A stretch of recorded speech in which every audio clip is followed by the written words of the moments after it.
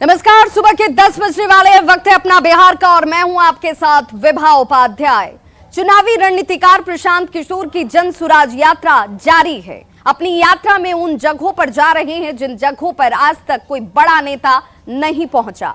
वो उन तमाम लोगों से मुलाकात कर रहे हैं जिनसे आज तक कोई बड़ा नेता नहीं मिला। वो बिहार के कोने कोने का सर्वेक्षण कर रहे हैं, लोगों से बिहार की हकीकत को समझ रहे हैं, साथ ही बिहार के लोगों को सियासत की सच्चाई बता रहे हैं। और इसी कड़ी में वो पश्चिम चंपारण के युगा पट्टी में मुस्लिम बस्ती में भी पहुंचे, जहां उन्होंने मुस्लिम समाज के लोगों को सियासत की सच्चाई बताने की कोशिश की, उस आईने को दिखाने की कोशिश की जो इन्हें जानना और समझना चाहिए। उन्होंने बताया कि कैसे उनके साथ छल किया जा रहा है और कौन उनके साथ छलावा कर रहा है।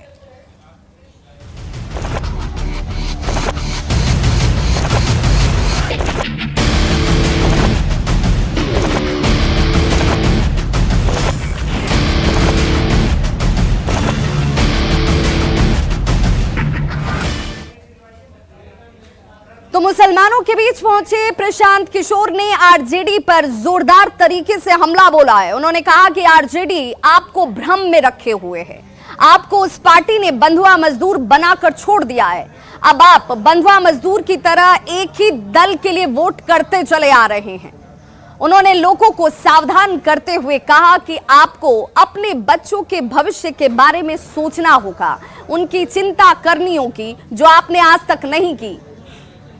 अपने बच्चों को रोजगार नहीं मिला, उसकी चिंता कीजिए। शिक्षा आपके बच्चों को नहीं मिली, उसकी चिंता कीजिए। आपकी नली गली सरकारी अस्पताल की हालत खराब है। इस सच्चाई को जानिए, देखिए और समझिए, फिर भी आप उसको वोट कर रहे हैं। ये सब कुछ देखते हुए अगर ये स्थिति बनी हुई है तो ये आपके लिए दुर्भाग्यपूर्ण है। सुनिए प्रशांत किशोर ने क्या कुछ कहा है, एक एक बात। आपको भ्रम दे रहा है, आपको डरवा रहा है, इसलिए कि आपको बंधुआ मजदूर बना के रख लिया है एक दल ने। आप बंधुआ मजदूर की तरह एक ही दल को जाकर वोट करते हैं। अपने बच्चों के भविष्य के बारे में आपको चिंता नहीं है। आप सब कुछ अपना गवाह के भी आपको मालूम है कि आपके बच्चों को रोजगार नहीं है, शिक्षा नहीं है, आपका नली गली सड़क अस्पताल का हालत खराब है, फिर भी आप उसको वोट कर रहे हैं। आपको मिला क्या है भैया? आप जरा देख लीजिए कि आपको क्या मिला है। महागठबंधन अभी बना है, आपको बता देते हैं। नीतीश जी का तो चर्चा हो गया, अब आरजेडी का देख लीजिए जिसको आप अपना दल समझते हैं। अभी भाजपा के साथ गठबंधन था इससे पहले 2 महीना पहले, तो भाजपा का 2 उप मुख्यमंत्री था ना भाई? अरे भाजपा का 2 उप मुख्यमंत्री था ना बिहार में? भाजपा का एमएलए कितना था? 75 एमएलए वाला भाजपा। नीतीश कुमार 43 एमएलए, भाजपा का 2 उप मुख्यमंत्री था। अभी आरजेडी से 77 एमएलए है, तो उसका एक ही उप मुख्यमंत्री है। ऐसा क्यों? इसलिए कि आरजेडी का 2 ही पैर है, एम और वाई। तो दूसरा अगर उप मुख्यमंत्री बनाएगा तो लोग कहेगा कि भैया अब वो एम को बनाओ, तो काहे नहीं आपको बना दिया? अभी कैबिनेट बना है तो 14 को मंत्रालय एक वर्ग को मिला है। आपको कौन मंत्रालय मिला है उसको भी आप गणना कर लीजिएगा। कुछ नहीं मिलेगा, ना अभी मिला है ना आगे मिलेगा। उनको भी पता है आप जाइएगा कहाँ, उनको भी पता है कि आप जाइएगा कहाँ। सामने भाजपा से लड़ाई है, रो के गा के गाली दे के भी आपको वोट उन्हीं को देना पड़ेगा। इसीलिए ये स्प्रेड कर रहा है, र्यूमर फैला रहा है कि भैया पैसा इनको भाजपा दे रही है। 10 साल से भाजपा से हम लड़ रहे हैं, ये लोग वीर हमको बताएगा कि हम भाजपा से के बी टीम हैं।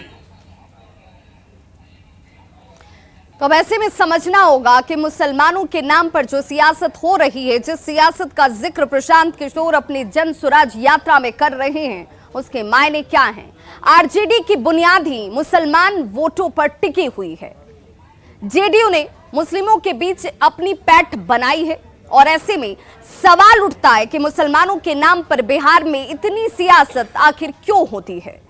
बिहार की कुल आबादी में करीब 17% आबादी जो है वो मुसलमानों की है। ये उनका प्रतिशत है, ये 17% मुसलमानों की आबादी। 243 सीटों में से 36 पर मुसलमान निर्णायक स्थिति में होते हैं, यानी कि मुसलमान जिस तरफ जाते हैं उस तरफ जीत हासिल होती है, वही सत्तासीन होते हैं।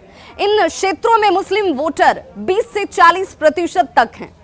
राज्य की 11 सीटें ऐसी हैं जहां पर 40% यानी 40% मुस्लिम मतदाता हैं।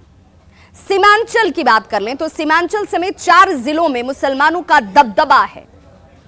अब वो कौन कौन से इलाके हैं जरा वो भी जान लीजिए। किशनगंज में 68% आबादी मुसलमानों की है। आर्थिक, शिक्षा समेत सभी पैमानों पर पिछड़ा जिला है ये, जहां पर इतनी बड़ी तादाद में इतनी बड़ी आबादी एक संप्रदाय, एक धर्म विशेष की है, वहां पर स्थिति कैसी है ये जानना जरूरी है। 36 सीटों पर मुस्लिम ही उम्मीदवारों के भाग्य का फैसला करते हैं। अब क्यों हमलावर है प्रशांत किशोर ये जानना होगा, क्योंकि प्रशांत किशोर जिस तरफ इशारा कर रहे हैं उस इशारे के मान मतलब क्या है। प्रशांत किशोर सियासी जमीन अपने लिए तलाश रहे हैं। बिहार की जमीनी सच्चाई वो जानते हैं, समझते हैं, क्योंकि सियासत के सियासतदानों के साथ उनका कैलकुलेशन सबसे ज्यादा मजबूत है। लोगों को सियासत की सच्चाई से रूबरू करा रहे हैं, सियासत की सच्चाई को वो बता रहे हैं। वो हर वर्ग के लोगों से मुलाकात कर रहे हैं। लोगों को अपनी बात को समझाने की उनकी तरफ से यह कोशिश इस वक्त नजर आती है। प्रशांत किशोर के निशाने पर तीनों ही पार्टियां हैं। इन पार्टियों से निराश लोगों से वो समर्थन मांग रहे हैं, यानी एक बड़ा विकल्प अपने लिए वो देख रहे हैं और लोगों तक उस विकल्प को पहुंचाने की कोशिश उनकी तरफ से की जा रही है। लोगों को न्याय का भरोसा प्रशांत किशोर दिला रहे हैं और इन्हीं लोगों को सियासी दलों के झांसे में नहीं आने की सलाह भी वो दे रहे हैं।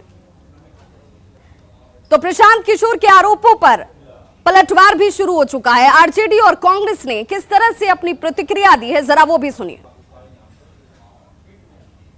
जो मुल्क की राजनीति में नफरत के खिलाफ मोहब्बत की राजनीति को धार मिली है, उसमें श्री नीतीश कुमार जी के नेतृत्व में जो महागठबंधन बिहार से भारतीय जनता पार्टी को सत्ता से बेदखल की है, लालू प्रसाद जी और राष्ट्रीय जनता दल की सोच और कमिटमेंट का ही ये दृष्टि है। इसलिए वैसे लोग आरोप ना लगाएं जो स्वयं व्यावसायिक कार्यों में लगे हैं, उनको सिर्फ और सिर्फ अपना टीआरपी बढ़ाना है।